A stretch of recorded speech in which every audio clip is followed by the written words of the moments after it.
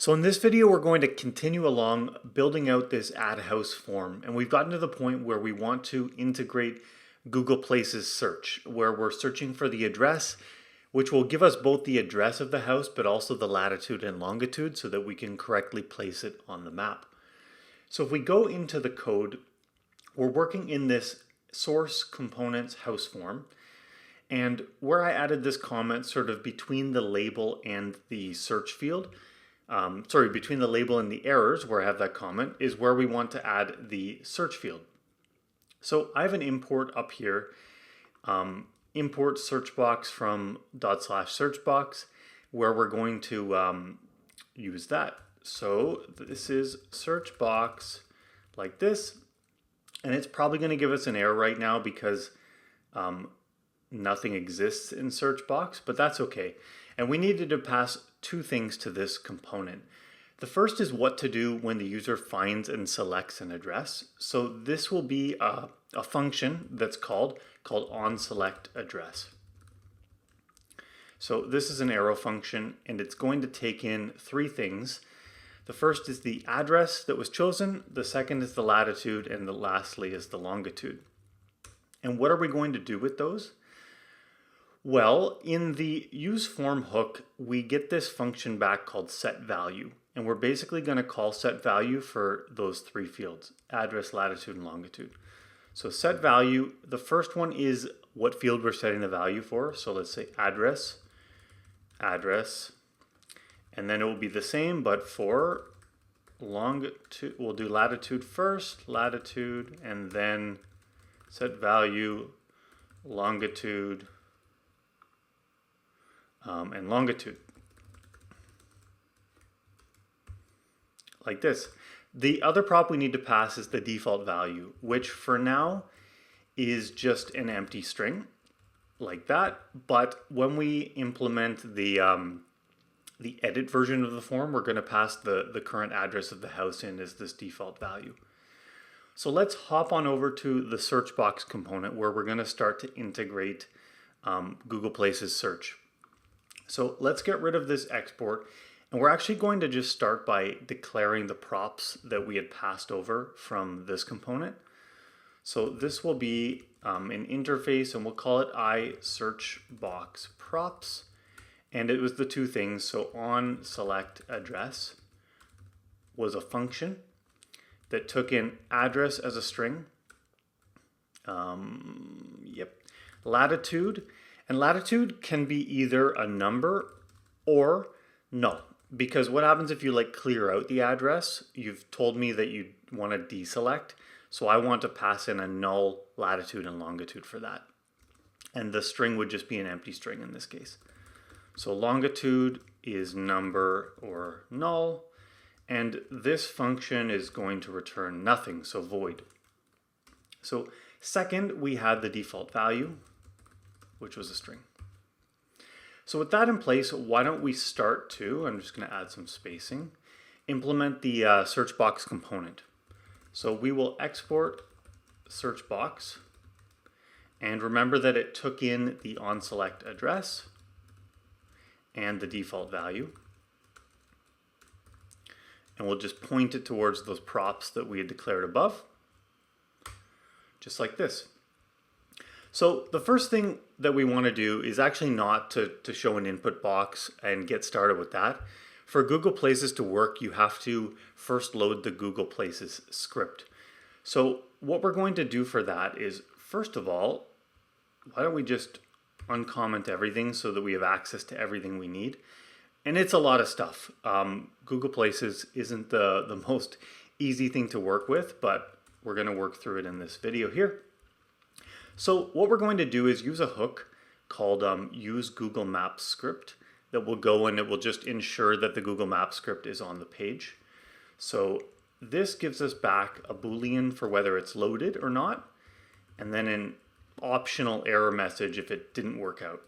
So use Google Maps script. And to this we need to pass two things. We need to pass the Google Maps API key, which we'll get from our environment variables. So process.env.next public Firebase API key. And just in case, more so for TypeScript than anything, we're going to say or null coalescing into an empty string just so that it doesn't complain.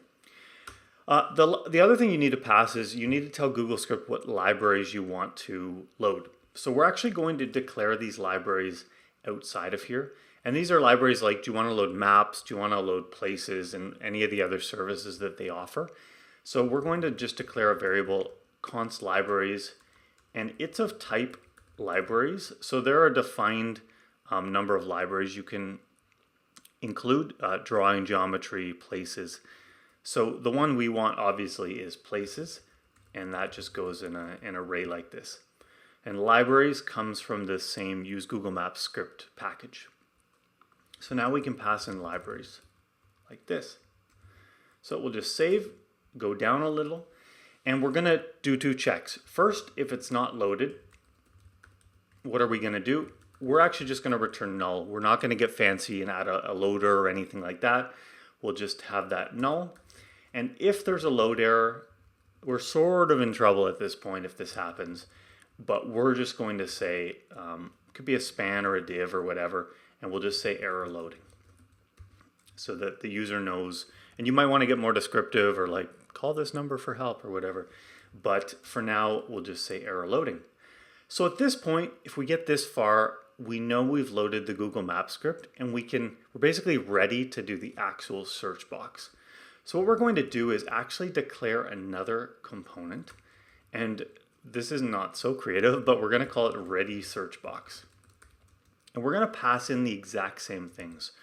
So on select address, we're going to pass on through, and the default value we're going to pass on through as well. Default value, save that.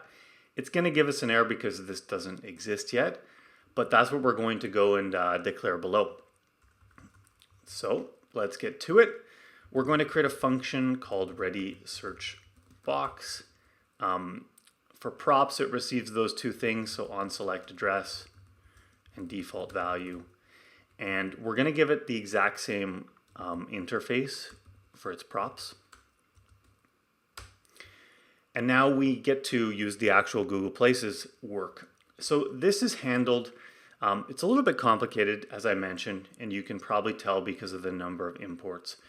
The import we're going to use right first is this hook use places autocomplete. So const, it's going to give us a bunch of stuff, use places autocomplete. And to this, we're going to pass two options. So the first one we're going to pass is debounce. And we're going to set it to 300. You can adjust this. But this is basically like, imagine you're typing an address and your fingers are flying. And I don't know how quick you type a key, let's say 15 milliseconds. Do you really want to go to Google every 15 milliseconds when you're typing super fast? No, this is maybe like wait 300 milliseconds till after they're done typing, then make one HTTP request to Google. This will save, basically it will cost you less. Even though this should be free because we're just building an app, but imagine real users, you don't want 100 requests to Google, you want a few. And we're also going to pass along the default value. So what this gives back are a few things. One is ready. Second is the value that they've currently entered into the input box. Another one is a function to change that value, to set it. So it gives us the suggestions that Google Places has come back with, and that is actually an object that contains both the status and then the data, the suggestions itself. And then it gives us another function to call called clear suggestions. Okay, so what we're going to do is we're going to move down and start to build out the UI for this. And the reason I haven't looked really at the screen yet is because we really haven't shown anything visually yet. So probably there's going to be an error and it's just going to be null. So why don't we start to get some of the visual stuff in place, and then we'll go and check the browser to make sure that it's showing up and there's no errors and all that stuff. So what we're going to do is return, and we're using a package to display this called combobox from Reach. They have an accessible UI framework. that doesn't apply too many stylings, but it's pretty easy to work with. So we're just going to use this to handle this combo box. And the way it works is the outer component that we have is combo box itself. And we're going to put inside the input and then the different popover options that show up. But we do have to pass one prop to this combo box, and that's what to do on select. So we're going to create a function called handle select. And for now, oops, if I could spell right, handle select. For now, why don't we just declare like an empty arrow function? So handle select is equal to this, just to tell us like we got to come back and fill this in. So inside of the combo box, we have the input itself. Combo box input, like this. So we're going to give it an ID of search. And the reason for that is because we put a label out here with HTML4 search. So this should line up to the ID of the actual input. We need to give it the value. So that comes from this value here returned by usePlaces autocomplete. We need to handle when the user changes a value. So we're actually going to declare another function here called handle. Why don't we call it handle change? We'll just put this above. Const handle change, and this we will declare for now as an empty arrow function. So back to the props we have to pass to combo box input. We're going to disable it if it's not ready. So that's this variable here coming back from usePlaces autocomplete. We're going to give a placeholder, so what shows up when the user hasn't put anything in yet. So search your location. And then we can declare some classes which will come from Tailwind. So we'll just say to take up the full width of whatever container it's in, and we'll add some padding to the input field. Lastly, actually no, why don't we start to see what it looks like, and then I'll show you this last one that I want to add in. So if we come here, do a refresh, it's now showing up. Let's just make sure there's no errors in the console. So it looks good. So see, when I pop in, it comes up with all of sort of the stuff that I've previously searched, different addresses in Toronto and whatnot. I actually don't want that to happen because it starts to mess up, like as you type, the suggestions from the browser are fighting with the suggestions coming from Google. So I want to sort of turn that off. And you can do that by saying autocomplete with a capital C. And it's going to tell you there's an autocomplete with a lower c. This messed me up for a long time. That's something from combo box input itself, which is different from the browser's suggestions that it's giving you. So autocomplete with a big C, and we're just going to tell it off. So if we come back now, just do a refresh to make sure.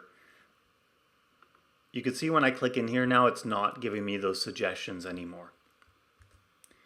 So what we can do is, if we want, prior to even showing the results, we should probably fill out these two functions, because without them, like, you can't even type into here.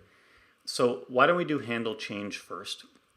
So what it's going to do, it's going to receive an event. And this event is a change event. For which field? For an HTML input element. So we'll just get our typing right.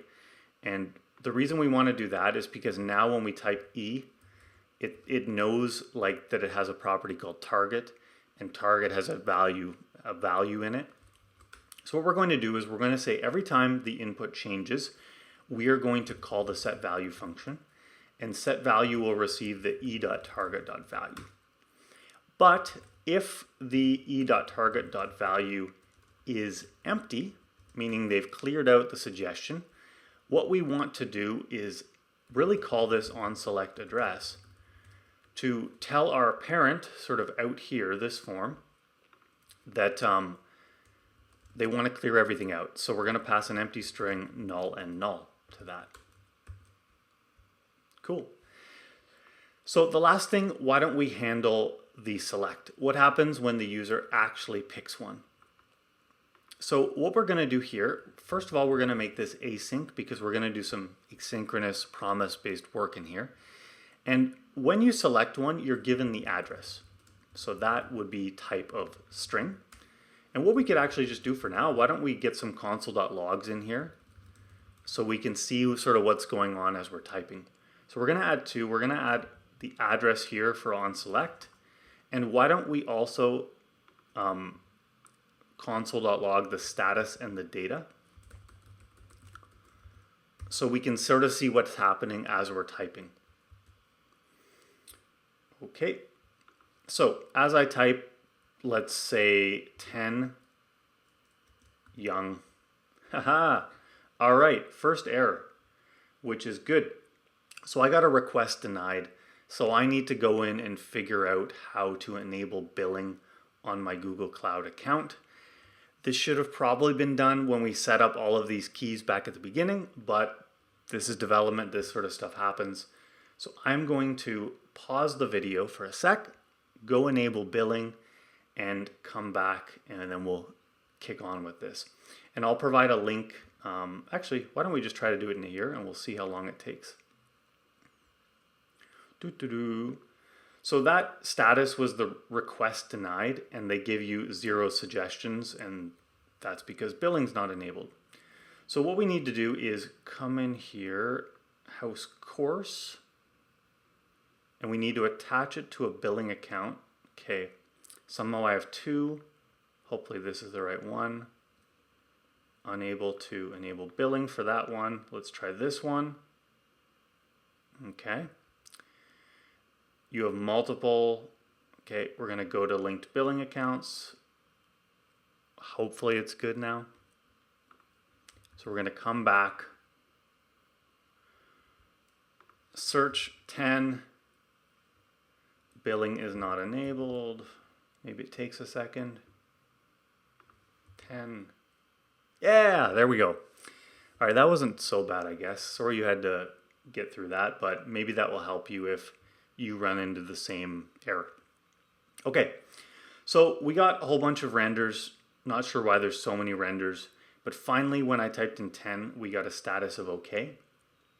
And then the data contained 10 addresses. So if I were to type 10 Young Street, you must enable billing. I just did. What are you talking about?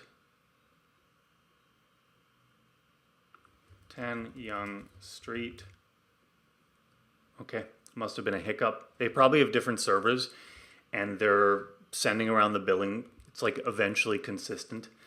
Okay, so here we go. Here are the 10 Young Streets in our data coming back.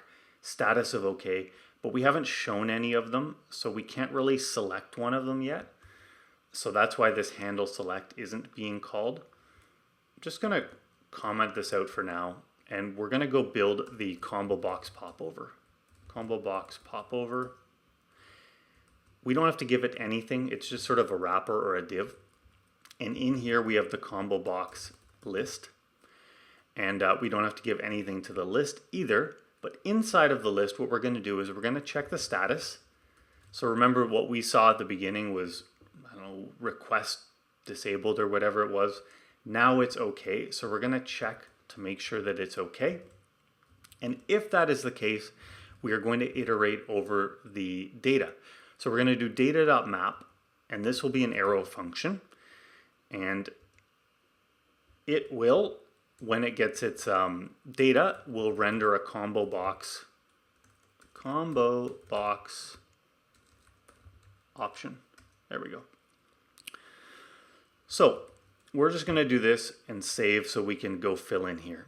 So what do we actually receive here? Well, we receive an object with a couple things. The things we're interested in are the place ID and the description, just like that. We could probably come back and look up here at the data. So the description is the actual street, and the place ID is just a unique ID that comes from Google. So we've got the place ID in the description. Because we're iterating, we need to add a key, and we'll use the place ID for that. And we also need to add a value to this combo box option. So this would be the description, what's going to be displayed to the user. So I must have spelled something wrong. No, just took a while. So there we go. We'll come back here, just do a refresh to clear everything out. Normally Next.js is really good with hot reload, but with Google, because it's an external script, sometimes it gets messed up. So 10 Young Street, which is great. We must enable billing. They're still circulating around that billing information. Young Street, we'll select it. Finally, the address is called. So address 10 Young Street, Toronto, Ontario. So that's perfect. That's this handle select. So at this point, the visual aspect is basically done, and we just need to go and implement this handle select. So the first thing that we're going to do is just call set value and replace like up to the point that I've typed with the address that the user actually selected from the objects, or from the options, sorry. So this will be set value to the address, and we're going to pass false here, should fetch data, because we don't need to go and fetch additional data for this set value. We already have the data, we just want to set the value. And we're going to clear all the suggestions. You've chosen one, there's no reason to keep showing all of those there. Then we're going to wrap this in a try catch. We're going to put some fantastic error handling, console.error, and maybe we'll get fancy and we'll say, let's put up a scream like that, error, comma, error. Okay, perfect error message, screaming. In here, we want to basically take this address and we need to get the latitude and the longitude from it. So we're going to get some results and we want to call it get geocode, which takes in an object with address. But this actually returns us a promise. As you can see, no, you can't geo return, but it is a promise. So we're going to await for the results. And once we have the results, we want to, from them, get the lat and the LNG. So that's what Google often uses, not longitude. They use NLG. And we're going to await another function call called get lat LNG, where we're going to pass in the first result. So often when you pass up an address, they might give you like a few results back. Best match to worst match. So we're just going to take the best match and then get the latitude and longitude from that. And once that's done, we can now call onset select address, passing up all the info. So address, the lat, and the LNG, like this. Let's make sure it's good. Yes, TypeScript is very happy. Okay, so at this point, it should be working. You could choose this, some request denied. Hopefully they'll figure out their stuff. Okay, that one was happy, very nice. But we don't have any visual cue to ensure that it is working. So why don't we go back to house form, and why don't we just sort of display the value of the house. So to sort of get the value of the house, what we need to do is utilize something called watch, which comes back. So we're going to put it into a variable called address, and we're going to watch the value of the address. And then for now, why don't we just, we'll probably remove this later. We're just going to pop it into an H2 so that we can see it, the chosen address. So we'll come back here. We'll choose 10 Yonge Street again. It didn't work. So let's try one more time with a refresh, 10 Yonge Street. There we go. So it just needed a refresh to, I don't know, kick things in gear. So we chose the address. That gives us the value back up to the parent form. And we used watch to basically grab the value from React hook forms, and we're displaying it on the screen. So what we want to do next is basically, once we have the address and through that the latitude and the longitude, we want to display the user the rest of the form. So the image and the number of bedrooms before they submit it. So we're going to call it a day on this video because it was pretty long and it had some issues. But you know what? I'm going to leave all of those in so you can see the real development experience. All right. The files we changed in this one were just 2, I believe.